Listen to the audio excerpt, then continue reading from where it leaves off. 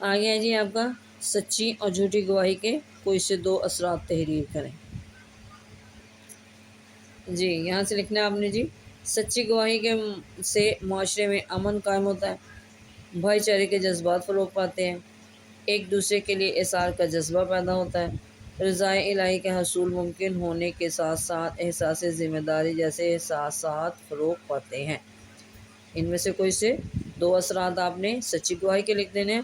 اب آگے ہے جی، جھوٹی گواہی سے اللہ تعالیٰ ناراض ہوتا ہے، دشمنیاں فروغ پاتی ہیں، معاشرے میں بے سکونی پیدا ہوتی ہے، معاشرہ بد امنی اور ظلم کا شکار ہوتا ہے۔ یہ اس میں جھوٹی گواہی کے ساتھ آپ نے لکھ دینے۔ یہ آپ کے شارٹ کوشچن۔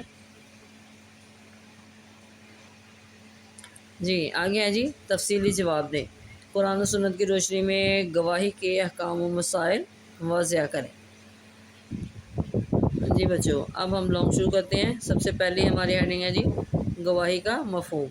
گواہی کے لیے قرآن و سنت میں شہادت کا لفظ استعمال ہوتا ہے۔ شہادت کا مطلب کسی چیز یا معاملہ کو اپنے علم کے مطابق ذمہ داری کا ثبوت دیتے ہوئے واضح کرنا ہے تاکہ حقدار کو اس کا حق مل سکے۔ اچھا جی، اگلی ہے جی آپ کی ہیڈنگ، گواہی میں دو باتوں کا دھیان رکھنا۔ گواہی میں دو باتوں کا دھیان رکھنا انتہائی ضروری ہے۔ کیا ہے جی؟ نمبر 1، کسی وقوع کا بغور مشاہدہ کر کے اس کو دل و دماغ میں بٹھانا۔ نمبر 2 میں جی، معاملے کو قاضی اور جج کے سامنے پوری طرح دیانتداری سے پیش کرنا۔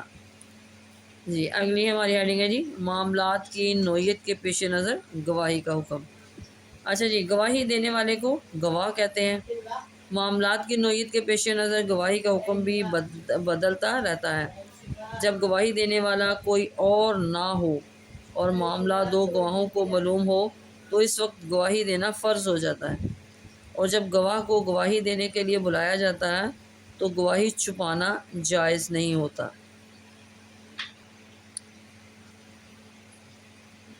اچھا جی، معاملہ دو گواہوں کو معلوم ہو تو اس وقت گواہی دینا فرض ہو جاتا ہے، اور جب گواہ کو گواہی دینے کے لیے بلایا جاتا ہے تو گواہی چھپانا جائز نہیں ہوتا۔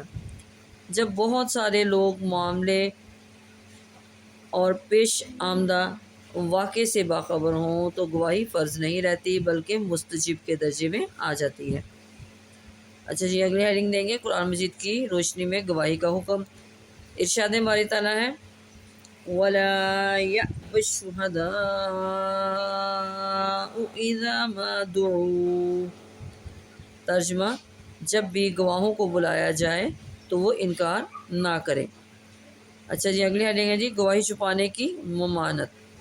گواہی چھپانے کی ممانعت کے حوالے سے ارشاد باری تعالیٰ ہے، وَلَا تَكْتُمُوا الشَّهَادَةَ وَمَن يَكْتُمْهَا فَإِنَّهُ آثِمٌ قَلْبُهُ وَاللَّهُ بِمَا تَعْمَلُونَ عَلِيمٌ۔ اور گواہی کو مت چھپاؤ، اور جس کسی نے اس گواہی کو چھپایا تو بے شک اس کا دل گناہ گار ہے، اور جو کچھ تم لوگ کرتے ہو اللہ خوب جاننے والا ہے۔ جی اگلی ہیڈنگ ہے جی، شہادت ایک امانت۔ اسلام میں شہادت امانت کی طرح ہے۔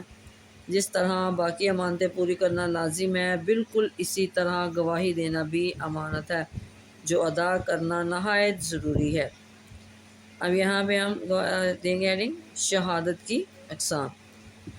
بعض اوقات آنکھوں دیکھا واقعہ بیان کرنا ہوتا ہے جس کو عینی شہادت کہتے ہیں۔ بعض اوقات گواہ کسی چیز کو سن کر شہادت دیتا ہے، اس کو سمی شہادت کہتے ہیں، اور جب وہ کسی شخص کو اپنی شہادت کی گواہی پر گواہ بنا دیتا ہے تب اس کو شہادت علی الشہادت یعنی گواہی پر گواہی دینا کہا جاتا ہے۔ یہاں پر اب ہیڈنگ ہے جی، گواہی دینے کی شرائط قرآن و حدیث کی روشنی میں۔ گواہی دینا چونکہ ایک اعلیٰ منصب و مرتبہ ہے، اس لیے گواہی دینے کے لیے یہ شرط ہے کہ گواہ مسلمان، عاقل، بالغ اور عادل ہو۔ اگر دو مرد گواہ نہ ہوں تو ایک مرد اور دو عورتوں کی گواہی بھی قبول کی جائے گی۔ ارشاد باری تعالیٰ ہے، اور اپنے مردوں میں سے دو گواہ بنا لیا کرو، پھر اگر دو مرد نہ ہوں تو ایک مرد اور دو عورتیں گواہ بناؤ۔ جن کو بھی تم گواہوں کے طور پر پسند کرتے ہو، کہ اگر ان دونوں عورتوں میں سے ایک بھول جائے تو دوسری اسے یاد دلائے، اور جب بھی گواہوں کو بلایا جائے تو وہ انکار نہ کرے۔ گواہی کی اہمیت واضح کرتے ہوئے نبی کریم خاتم النبیین صلی اللہ علیہ وسلم نے ارشاد فرمایا، اگر لوگوں کو محض دعوے کی وجہ سے ہی سب کچھ دے دیا جائے تو کتنے ہی لوگ خون اور مال کا دعویٰ کر ڈالیں گے۔ اس لیے دعوے دار کے ذمے گواہ ہے اور انکار کرنے والے کے ذمے قسم ہے۔ اب یہاں پہ ایڈنگ دیں گے جھوٹی گواہی کی مذمت۔ رسول اکرم خاتم النبیین صلی اللہ علیہ وسلم کا ارشاد ہے کہ جھوٹی گواہی بتوں کی پوجا کرنے کے برابر ہے۔ جھوٹی گواہی بت پرستی کے برابر قرار دی گئی ہے۔ جھوٹی گواہی شرک کے برابر کر دی گئی۔ 3 بار یہ فرما کر حضور اکرم خاتم النبیین صلی اللہ علیہ وسلم نے یہ آیت پڑھی کہ اللہ فرماتا ہے، بتوں کی ناپاکی سے بچتے رہو اور جھوٹی باتوں سے پرہیز کرو۔ آگے ہے جی سچی گواہی کی اہمیت۔ سچی گواہی سے ہمیشہ معاشرے میں امن قائم ہوتا ہے، بھائی چارے کے جذبات فروغ پاتے ہیں، ایک دوسرے کے لیے ایثار کا جذبہ پیدا ہوتا ہے، رضا الہی کا حصول ممکن ہونے کے ساتھ ساتھ احساس ذمہ داری جیسے احساسات فروغ پاتے ہیں۔ اب آخری ہیڈنگ دیں گے جی جھوٹی گواہی کے اثرات۔ جبکہ جھوٹی گواہی سے اللہ تعالیٰ ناراض ہوتا ہے، دشمنیاں فروغ پاتی ہیں، معاشرے میں بے سکونی پیدا ہوتی ہے، معاشرہ بد امنی اور ظلم کا شکار ہو جاتا ہے۔ ہمیں چاہیے کہ اپنی ذمہ داری پوری کریں، سچی گواہی اور سچے جذبات کو فروغ دیں، نہ جھوٹی گواہی دیں اور نہ ہی جھوٹی گواہی کی تحسین کریں۔ جی بچوں، یہ تھا آج کا ہمارا لانگ کویسچن۔ اس کو آپ نے اچھی طرح یاد کر لینا ہے، اپنی دعاؤں میں یاد رکھیے گا۔ اوکے، اللہ حافظ۔